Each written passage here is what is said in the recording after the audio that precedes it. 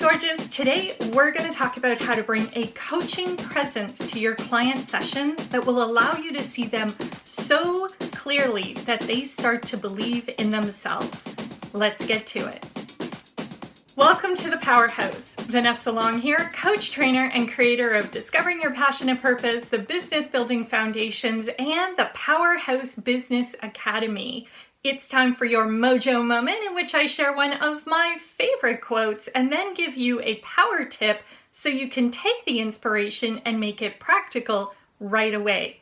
For regular inspiration, make sure you click subscribe and ring that bell if you want to be notified when we upload new content, which is every week. All right, let's get right into it. Our quote this week is from Light is the New Black by Rebecca Campbell.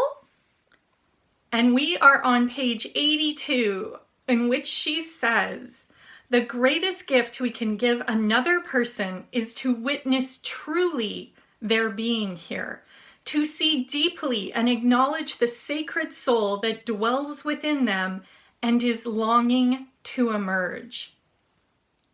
Let's dive into the 4 reasons that this quote is so excellent. Number 1 is that seeing deeply, truly witnessing, is a major part of what we call coaching presence. Coaching presence is one of the core skills of being a coach, and it is one of the big things that makes coaching not only a unique profession, but a legitimately different profession than anything else. Coaching presence is being able to be present with someone, deeply, truly, fully present. And what that means is that your stuff is not present.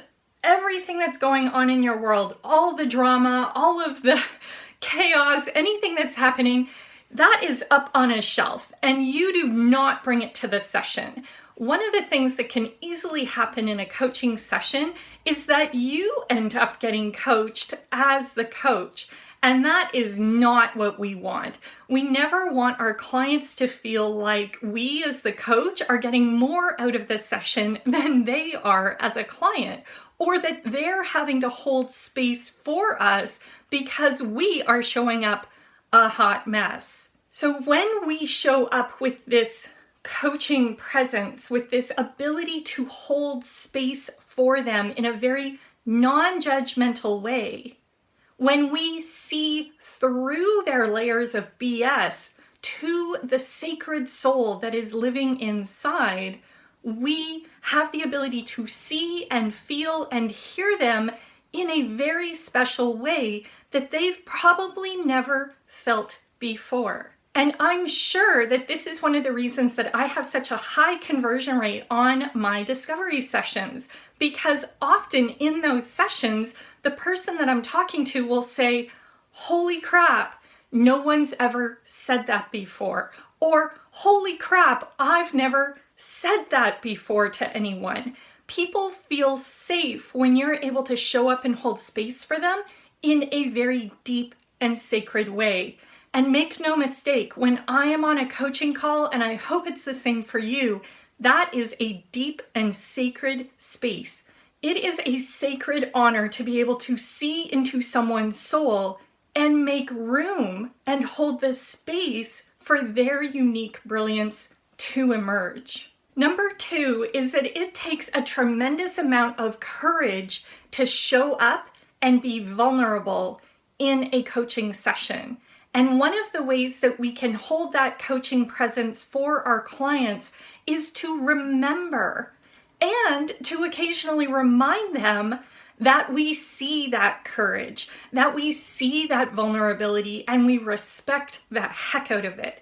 I often will point out to my clients how brave they're being when they unload something that is filled with shame or guilt or something they've been holding on to for a long time that they have felt too afraid to mention to anyone else. I primarily work with high-level business owners, and these people have an image. They have a reputation, and certainly anywhere in the online space, we have this reputation to maintain. We all come out with these shiny, happy faces, and we don't want anyone to know that maybe things aren't going the way we want them to under the surface. And the truth is, all of us have stuff that isn't going great. All of us have areas of our lives that aren't perfect. And what happens is we fall into this shame spiral of believing that because we have this place where we're not perfect, if we let other people see it, everything will fall apart. And so when a client brings that area to me on the phone and we're allowed to unpack it and explore it and really dig into it, one, that's often where their next breakthrough is waiting for them. And two, that is something to hold very tenderly. So we really want to be aware of how much courage it takes to show up. Just to reach out for a discovery call can be a tremendously courageous act. For a lot of my clients, it's the first time they have ever admitted that they want assistance. That's a big thing. And I'm filled with respect and again, this honor that I'm allowed to be part of their process.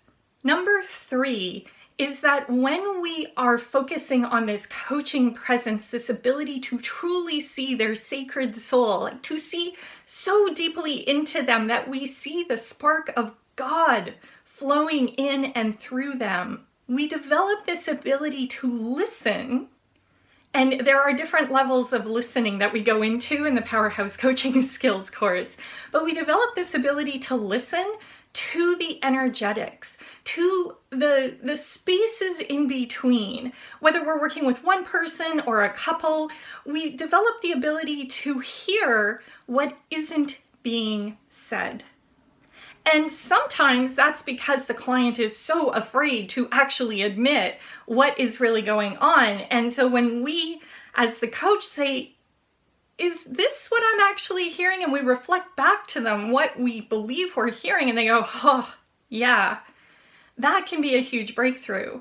The other place where it's really important is when they don't even know that that's what's really happening. But because of our experience and because of our training and our ability to be present with the soul, we actually have an ability to connect our unconscious mind and higher self to their unconscious mind and higher self and actually receive and download the information directly. And that's part of the coaching agreement that I set up with my client, that I'm allowed to communicate and receive from their unconscious mind. So I might get a couple of words or have a feeling in my body, or I'll get a quick vision of something that's happening and I'll share that, because I've come to the place in my coaching where I trust myself to be fully present. And when I'm fully present, I'm communicating directly with their unconscious mind, and they're feeding me the information that their soul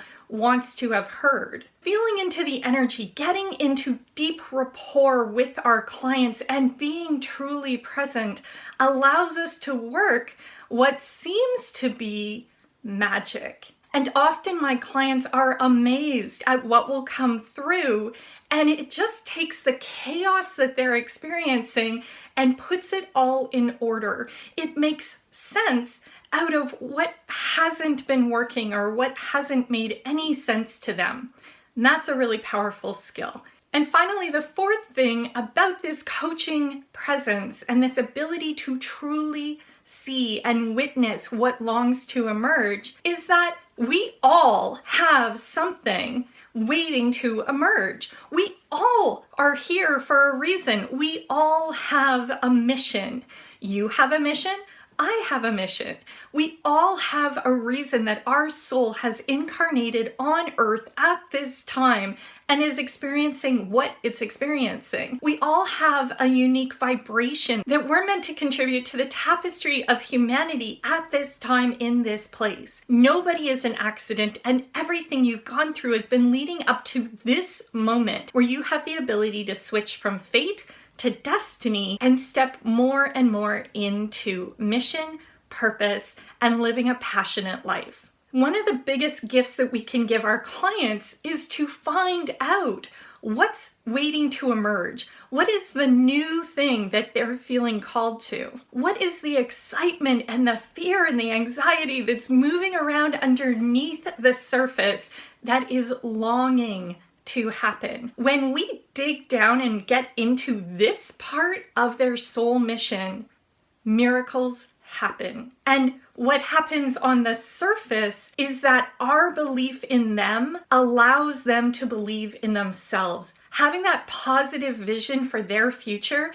And I do this all the time with my clients. I can see the possibilities for them. I can see the future that is waiting for them. And because I can see it and I get excited about it, it can bring up other people's vibration into a place where they start to believe it and they start to experience it. And even if it's just with tiny little baby steps in the beginning, which it has to be because they don't have the neurology to make huge leaps yet, everything starts to change. When we engage in this positive belief with our clients, it allows miracles to happen and transformation to occur much more quickly than it ever would if we didn't have this coaching presence. Coaching presence is one of the key skills of being a successful coach.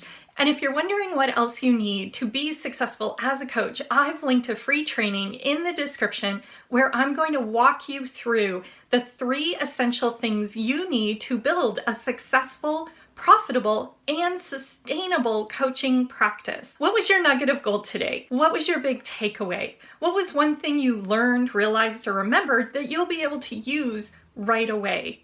What's one thing that you can do to bring more coaching presence to your practice? Let me know in the comments below so I can cheer you on. Help others to see this video by giving it a thumbs up, sharing it out with your Powerhouse peers, and if you haven't already, click that subscribe button and ring the bell so you get notified when we release new content, which is every week. And for you Mojo Masters who know to hang around until the end of the video, here is your bonus power tip. Coaching is a very interesting profession because it's unregulated. Anyone can call themselves a coach and anyone can hang up a shingle or build a website and say, I do coaching. And especially in the online space, there are a lot of people coaching who aren't actually coaching at all. And there is in fact this practice where someone takes a training on how to build a coaching business and then they coach others to be coaches who coach coaches who coach coaches on how to build a business. And what gets lost in that chain is coaching. Remember, anyone can call themselves a coach, but being a coach is a unique set of skills and it is a worthy set of skills for you to learn. Coaching is different than training, teaching, or mentoring. And all of those are good. Training, teaching, and mentoring, we need all of those. And coaching is something different. So if you know that you're meant to be a coach or you already are a coach, but your business isn't making the money you want it to, check out my training linked in the description. It's 3 essential things you need to build a successful, profitable, and sustainable coaching practice. That's it for this week's Mojo Moment. Thank you for being here. Thank you for watching, and I'll see you in the next video.